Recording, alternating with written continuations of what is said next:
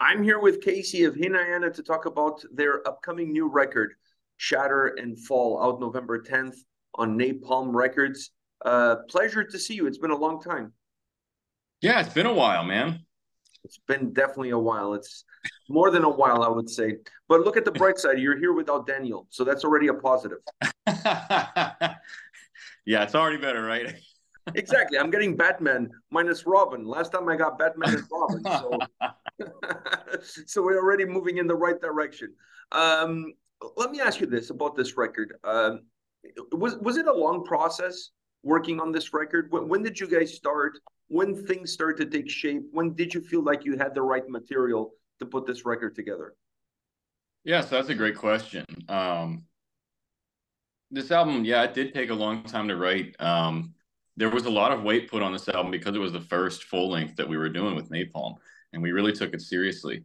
Throughout the years, I've always heard that like your second album, your second full length is like your most important, and there was just a lot of pressure to make this one as good as it could be. We I started working on some of the songs like as soon as I was done with our last EP, Death of the Cosmic. I started working on some stuff, and there were some ideas that were just little ideas that were from that time period that ended up on the album. But I had taken a while to finish them because I wanted to make sure they fit with the other songs on the album too. Wanted to make sure that everything blended together and melded together in a way that was cohesive and coherent and sounded like all part of the same piece of art, the same project, the same album, you know? So yeah, it took a while. There were some songs that like I let sit for almost the entire like 2 to 3 years that we were working on it. Like for instance, the song Spirit and Matter. That was a song that took a long time. That was probably the longest time to write for that song, just because I wanted to make sure that it fit with the others and everything. Um, but yeah, that was part of the challenge right there. But yeah, it took a while. It was a lengthy process. Was any specific hurdles that you had to overcome putting this record together? Yeah, I suppose one of the main goals here was we really wanted to, I guess, find more of our own sound and really not wear too many of our influences on our sleeve with this one. And so that was a constant thing that we were aware of and that I was personally, striving for while writing, is I was trying to avoid some cliches and typical stuff that you might hear on some other melodic death metal, doom metal records. Throughout the process, whether it was a chord progression or a riffing style or whatever, I was like, nope, we're not going to do that. There was a lot of material that I just didn't use. I mean, I tell people like probably like 80 to 90% of the stuff that I ended up writing just does not make it anywhere. It just, ends up being a riff or a thing that just is in the project here on my computer. It doesn't do anything. But so very picky about what I choose to release and make into a full song. But yeah, that was one of the hurdles, I would say. I was just trying to make sure that it had like our fingerprint on it, throughout the whole album. Going back to my first question, you mentioned that it was a cognitive part of your process that you wanted to make the songs feel like they belong together. Listening to this record, it's really easy to see that there's definitely a sense of density across the album because all the songs have a very similar DNA to them. When you look at a record like this, do you worry about that experience allowing the tracks to lose a little bit of their own individuality? Yeah, that is something that you have to be careful of, especially, when it comes to like keys and like for instance, if you have two songs that are in the same key, you don't want to put them back to back necessarily. You want to kind of separate those on the album. I made sure to do that, or I tried to do that as much as I could, say, okay, this one's this tempo, this one's this other tempo, kind of placing them in a way that kind of spreads it all out and makes it so, there is a unique experience from song to song. And yeah, that is something we thought really long and hard about when it came to like the track listing, for instance, and like where we were putting things. But yeah, that is something that can be challenging. Yeah. You also mentioned on the second question your influences, and obviously you guys now have an experience that you didn't have before, touring in Europe, playing with bands like Wolfheart, who are an influence of you guys. But the experience of being on the road, seeing how these bands perform, seeing how these bands create and how they go about it. Did this influence you guys, not necessarily musically, but did it influence you guys in terms of approaching the recording of a record?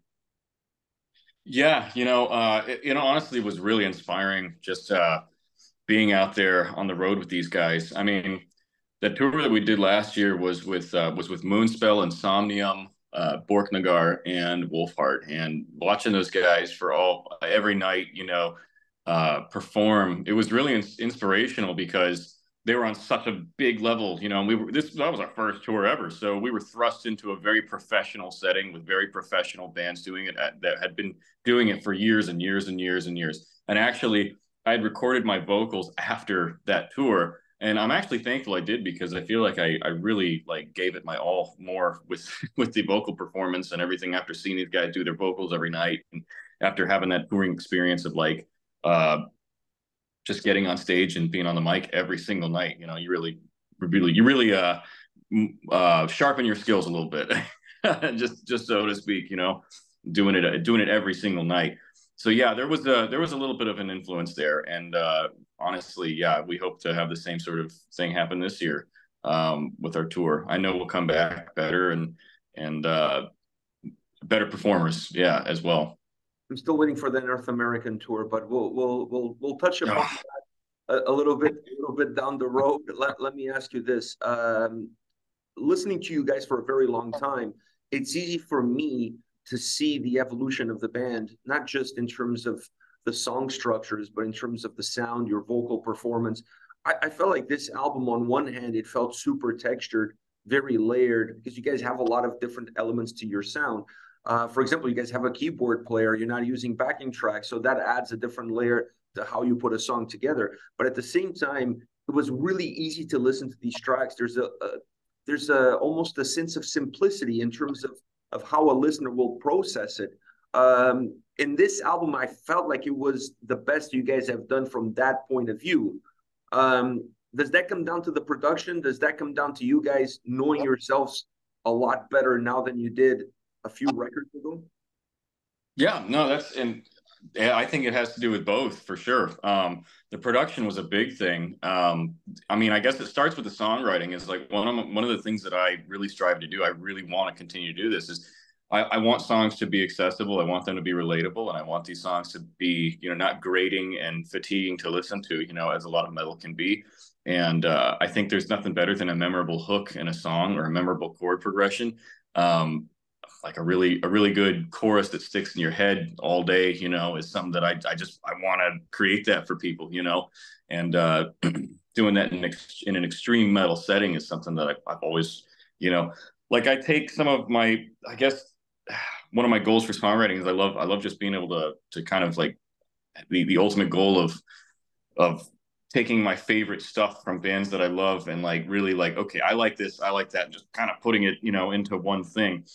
But I really, yeah, the simplicity that you mentioned, some of that is intentional with, I want this stuff to be easy to digest and listen to for as many people as I can, while still remaining true to the music that we write and what I enjoyed hearing, on my end. The production was a huge thing for us. The production on the first two releases that we ever did, our first demo and our first album, was not the greatest. It was self-produced, and I recorded guitar in like my bedroom, and I recorded, like it was not the most professional methods of recording, and we just didn't know as much about mixing and all that stuff. We didn't know as much about what would sound good, and so really it was just about finding that balance over the years and really figuring out, okay, what do we actually like hearing on a record.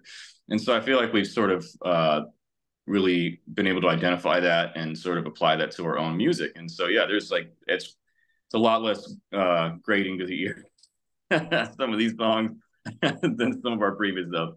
For sure, for sure. I mentioned the keyboards. Having an actual keyboard player, does that impact your songwriting, knowing that you have somebody that is going to infuse their own touch, their own spin, and not just using a backing track, a pre-recorded track? Yeah, and basically, you mentioned keyboardists, and actually Michael, our keyboardist, he helped. me and him co-wrote a couple songs on this album. He's actually also a guitar player too, and he helped write the song "Lost to Flame" and the song "The Answer." "Lost to Flame" was actually based on an idea, chord progression, and melody that he had come up with, and then I expanded on that, and we created a full song together out of that. And "The Answer" was kind of the same deal. Like we were sitting here and working on it together, you know, riffing back and forth, and he worked on a lot of the rhythm stuff, and yeah, we worked on those two songs together. And yeah, it does influence the writing too, like of those key parts. And we have it set up in such a way, for instance, where uh, like for instance, Michael will unfortunately not be joining us on this European tour due to a health issue, but we will be able to have his parts on a backing track. But like typically when I'm writing these parts or writing these parts in general, yeah, it does influence it because you're trying to think about how this is going to come off live and how this is going to play, you know, in a live setting with an actual guy on stage. It does change things a little bit, you know. To keep that in mind when you're writing chords and chord progressions, and you know, it's like people who it's like guitarists when they try to write program drum parts and they don't know you can't hit like 4 or 5 things at the same time, you know. It's like you have to actually, you know, think about this for a minute, you know, can someone actually do this, or what is, you know. So yeah, it does influence that a little bit. Yeah. You have Jake and Thomas guest vocaling on 2 different tracks. Why these 2 guys? Yeah, I think that first and foremost, Jake, we thought that the track would really be that the track is "Mine is a Shadow" for those who are listening. The track "Mine is a Shadow" for us was like, we knew that it was a little bit different of a song. I think it sounds a little brighter. It's got more major chords in it than some of the other tracks on the album. And it just seemed like a perfect one that like maybe a guest vocalist could like really add some different DNA there, you know. And I remember we were in our van, actually. We were coming back from a gig, and we were debating this, who would we have maybe on that song. And we thought someone with higher, like more of a raspy, higher pitch voice than mine. And honestly, Jake, we'd been friends with him ever since we opened for them like years ago. And they came through Austin, Ether Realm. I think they were touring with Wilder Run at the time. And yeah, his vocals, like, I think they contrasted really well with mine, like that raspy, you know, he's like up here and then I'm kind of down here. It was a perfect fit, and the guy's really great to work with. So we just reached out to him and thought, yeah, this would be a great fit for that track. And I think it came out fantastic. I couldn't be happier with his vocal performances. Tomas, we actually wanted to have on our previous EP, but the scheduling just that year didn't work out. It was just there. He had just come back from like the South American tour, and I think he was kind of sick, and so it's just like the whole thing just didn't happen. So we chose a different guest vocalist for that. But this time we really wanted to have him on this album, and we chose sort of like the ending ballad there on the tail end of the album, "A Tide Unturning." It sort of is reminiscent to me of like at least with his vocals added, it sort of reminds me of some of his older stuff like Black Sun Eon and like the first dawn of Solace, you know. It's a little bit in that vein. And so it's a little nostalgic hearing it. And it's very cool to be able to share the track with him. But yeah, that was something we've always wanted to do. It feels good to be able to do it too and have him on the record. So thinking about the vocalists, would you guys consider in the future having perhaps somebody who completely distanced themselves from your own style? Maybe a female vocalist, maybe some clean vocals, maybe some symphonic, more style vocals. Is that something you guys would consider? I honestly, I think that's probably in our future. Yeah, absolutely. That's something we've talked about doing. To me, I'm very particular about clean singing and those sorts of vocals. And so like, again, it would just have to be like the right track at the right time. But I absolutely see that happening 100% for sure. And speaking of singing, how has your growth as a singer been? How's what? Your growth as a singer, looking back at the first record, first demo, looking at what you're doing now. Because I felt like on this record, it felt to me like almost like you were more comfortable. So how's your own development been? Yeah, so I I would say that's totally accurate. Yeah, I would say that I was a lot more comfortable with this record. I think early on I didn't really know as much what I was doing and how to give a good vocal performance on an album. I think for me it was all just it was a learning experience doing the previous releases. And honestly, this time, like again, that was a part of what was so inspiring about touring Europe with these other bands is like some of the vocal stuff was really fantastic. And I was like, I wanted to go home and like really belt it out. And I really did give it like a lot more of it was more of a full assed approach here than than on some of the previous records. And I think that I think that playing night after night and doing an actual tour, for the first time last year was a big factor in like, like I said, sharpening that skill of doing those harsh vocals and really making them good and making them sound good on the album. Like yeah, this is I'm more happy with how these vocals turn out than on any other of our releases. Will we ever hear you do some cleans, or is that completely out of the realm of possibility? No, that's not out of the realm of possibility at all. I would love to, actually. I enjoy singing. Eric, our guitar player, enjoys singing too. I think that for me, it just comes down to the right track at the right time and the right place to put it. And I'm very, very particular about it too. So if I tried it and I was like, didn't work or didn't like how it sounded, I would definitely not use it. But and that's just how I am as a music listener too. I'm very particular about vocals. I'm very particular about clean singing. I think that the right voice or the wrong voice can either make or break a song or a record, to be honest, and or a band. Yeah, honestly, Yes. if you want to be blunt, it can really ruin things. If it's, I mean, there's nothing worse than like to me, there's nothing worse than a song that just feels like it had clean singing just kind of pasted in there just because they wanted to have it. It really needs to be baked into what like how the song is written from the ground up, and not just like, okay, I'm gonna throw this on top of here, because there's something that happens, especially in like melodic metal, where the rhythm guitars and lead guitars, and there are multiple, like the lead guitar in a lot of cases is the voice, and that is the main, like that's what's kind of doing the singing, whereas the harsh vocals are not as much, if that makes sense, on a musical level, like melodically.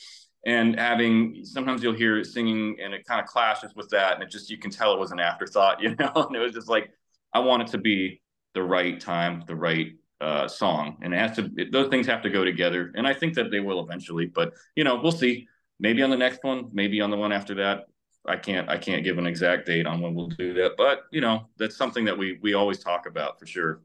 It's funny that you say this because I don't know about you, but to me, it happens quite frequently where you're listening to a band for a first time, maybe even live, and they sound amazing. And you're kind of like, oh, I hope the vocals don't ruin it. And then the vocals come on, and you're like, oh my God, like, well, what the Yep. hell were they Yep. thinking? Like one doesn't help the other. It's just like they're Yep. Absolutely. so dissonant from one to the next. And the sound was amazing, and then the vocals like, wow, this might have worked with something else, but not with this specific song. Yeah. So No, absolutely. To me, that makes all that makes all the difference between like a full listen and a skip for me, unfortunately. it is so true. It happens quite often.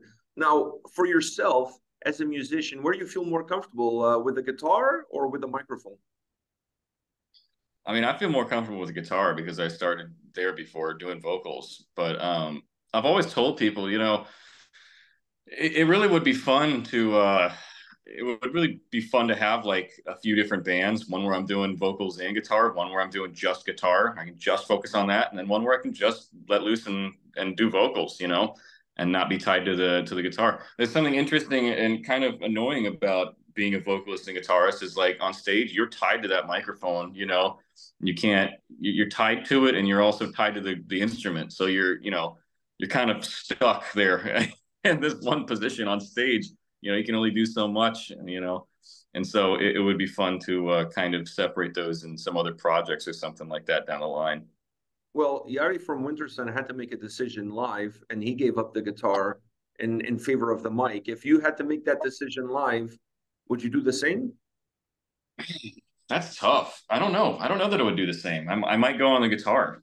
I think that's where my heart and soul really is. I mean, but talk to me in a few years, I might change my tune. I don't know. That's a good question. Yeah. It's an issue that sometimes it comes up. I mean, maybe it won't come up for you guys, but so I'm assuming it's a lot harder for you playing. I mean, one thing is to play the bass. The other thing is to play guitar and be able to sing when you're performing live. It could be quite demanding. Yeah, and it's funny you say that, and I really don't consider myself a great guitarist. So there's like I have to be conscious of like, can I do that riff or that thing while doing this vocal pattern? Is that going to be a problem? And sometimes I have to be kind of to check myself and be like, okay, yeah, all right, like this is going to be too much for me. I know my limits as a musician. You know what I mean? You know your role and you stay in your lane. Yeah. I gotta stay in my lane. I gotta do what I'm capable of. Like I'm not gonna push myself outside of that. Like I can't be trying to shred or do solos while doing vocals. It's just not gonna happen. I'll leave the shredding stuff for my guitarist Eric. He's a lot better at that stuff than I am. What kind of doors you're hoping this album will open for you guys? Well, we hope it leads to more exposure, more honestly more touring. We want to do more touring. That is something that we are like absolutely adamant about. And I think it's hilarious that we're going on our second European tour here before doing a North American tour. And so that's one big door that we hope it opens, and we hope that it gets the attention of at least we hope that it gets the attention of some more people in the industry overseas, maybe booking agency over there, and maybe helps us do some more stuff over here too. Really just getting on the road more and getting ourselves out there, you know. I must have missed the announcement. Who are you guys hitting the road with in Europe? We're hitting the road this year with Wolfheart and Before the Dawn.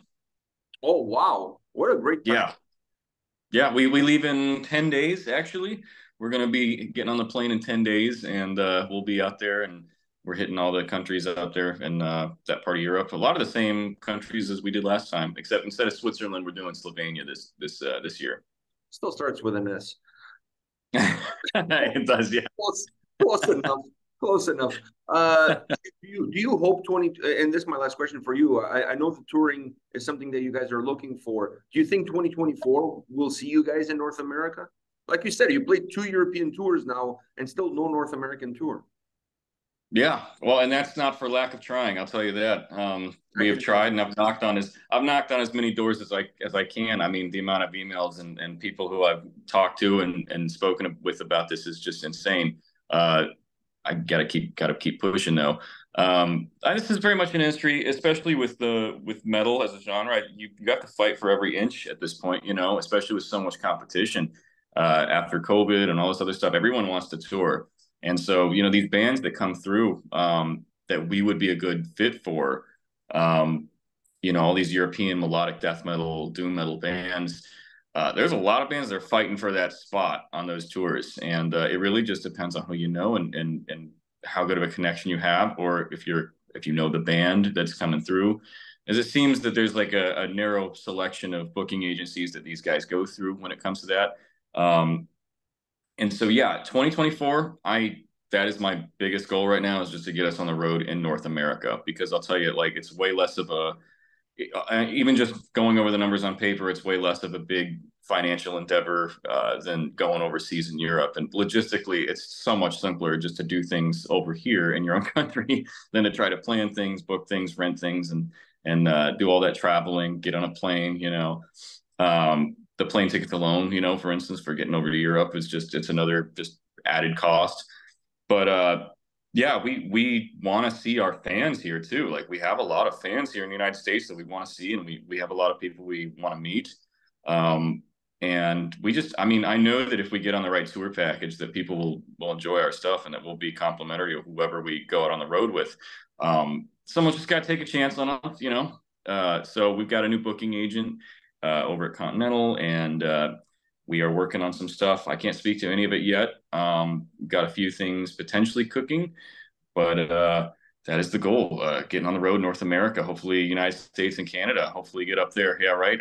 Yeah, keeping my fingers crossed, man. Dude. I'm keeping my fingers crossed. Well, thank you, man. Thank you. Yeah, we need as many fingers crossed as we can. Yeah, I want to see you guys. Oh, man, we would We would love to. Yeah, we can't honestly. That's our goal. We're excited about it. We really can't wait. We want to do that. That's what we want to do next year. Yeah, that's our big goal. I think everything is kind of lined in the perfect way because you guys have your debut record with not your debut, but your debut record with Napalm. So Yeah. obviously that's going to help open some doors. The fact that you guys have now the experience of one tour, now you're going to have the experience of two European tours. That's going to help. The booking agency, that's going to help. So maybe 2024 will be your year. Let's hope so, man. Let's hope so. I'm hoping. I'm hoping. I want to see all of you here, including Daniel, that douchebag. Uh, I want all of you guys here. I want to hang out with you guys. I'm dying to Hell see you yeah. perform live. So if anybody is hoping that this happens, that person is definitely me. Well, thank you, man. Yeah, we hope All so my too. positive vibes your way. You know what I mean? We're taking them in, man. And hey, if you guys come through and you need a place to crash overnight, let me know. My house is always open. We will absolutely hit you up. All right, man. Thank you very much for your time. All the best with the record. Oh, thank you, man. Thank you very much.